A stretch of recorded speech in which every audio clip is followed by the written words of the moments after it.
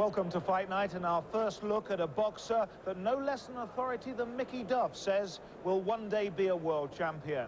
Middleweight Henry Wharton, just 20, tops our bill at the Dewsbury Sports Centre in Yorkshire.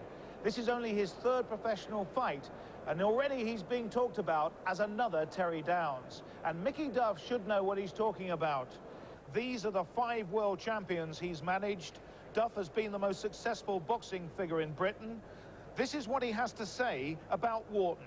What excites me about Henry Wharton is he's a youngster, he's 20 years of age, he's colourful, he's tough, he's got a good height for a middleweight, and he's an adventurous type of fighter. He doesn't take a pace backwards, he's a constructive worker, and at this stage, he's probably the best fighter I've seen in many, many years, pound for pound. I haven't seen anybody any better, certainly in this country. And I'm positive he's going to be the fighter of the 90s. I have no doubt about that at all. Also on tonight's bill, 2 more exciting young prospects for you to judge. The heavyweight Adam Fogarty, who now is managed by Terry Lawless, and the light heavyweight Michael Gale. Then later on in the program, the result of our Christmas competition, and we'll be announcing the 12 winners of the Best of Fight Night videos. But first of all, it's Henry Wharton. He's against American opponent Ron Malek from Wichita in Kansas. This event sponsored by Telstar Video Entertainment, and our commentary team tonight is Jim Watt and Hugh Johns. So Mickey Van calls the 2 fighters together.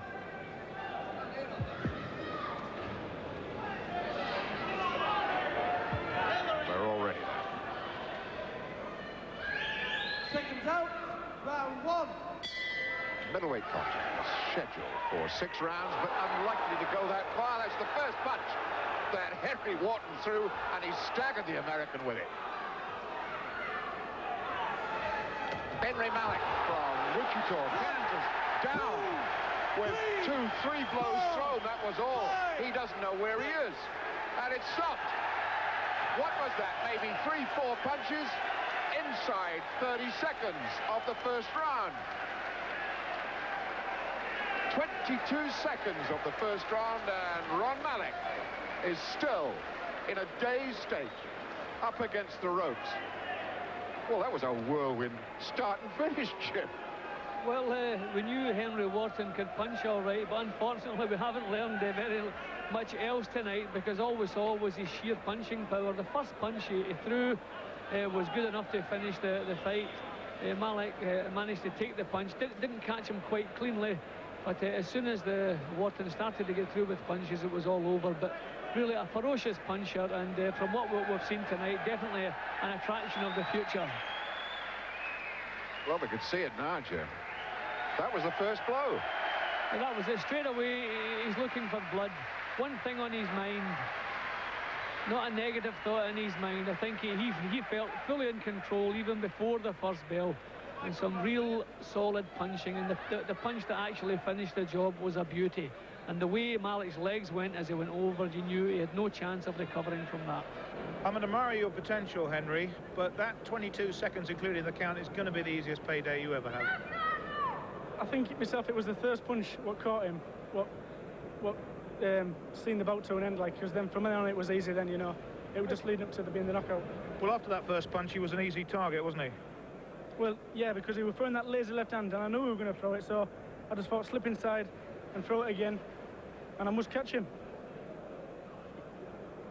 And this is where it comes, yeah. If I just lazy left hand, and there it goes. There's one of them. Well, Mickey Duff will know how to groom you towards that World Championship, but I have to tell you, it's not going to be that easy all the time, you know? Yeah, I know that, yeah. I know there's a long road ahead. I know that hard as well. Mickey, straight into you here, because we've seen Errol Christie given a lot of easy fodder and then not do it when it matters. Nigel Benn, and you masterminded his defeat against Michael Watson, was fed on so-called Mexican road sweepers. Looking at that, a lot of people are going to worry about the opponent that Henry fought. Well, nobody need remind me of building fighters up and creating a false image. I'm very well aware of that. But I want to tell you, that first left hook that caught him did all the damage, and after that, he didn't know where he was. This same kid, just 10 weeks ago, went 6 rounds with Chris Eubanks, who's hailed as a future world champion, by the new promoter. He never was on the floor with Eubanks in 6 rounds. I'm going to have to remind you about that. In fact, it went 5, and he was on the floor in the 3rd, right cross, really? down again in the 5th, and stopped without taking a count. I'm so sorry. let's get a record round. All right. That's all right. Stop without taking a count. Yeah. So He was down twice. Yes, I stand corrected. Yeah. He didn't get hit with 1 left hook and go out. He's also, if you look at the records, find that he's been 3 rounds with Lindell Holmes. Yeah, March 87. Who is now going to fight for the super middleweight championship of the world. He didn't look happy, though, that opponent getting into the ring, did he, Mickey? I don't know, anybody boxing away from home, arriving with a strange audience and hearing the welcome that Henry got is obviously going to be a little bit in awe of his opponent, and that's to be expected. And had he have allowed him to settle down, he might have had a little bit of trouble. Remember, this kid is a beginner. But I think he did his job very well, and I'm very proud of him. And I think you will see in future, he will knock out many more opponents that he's not supposed to.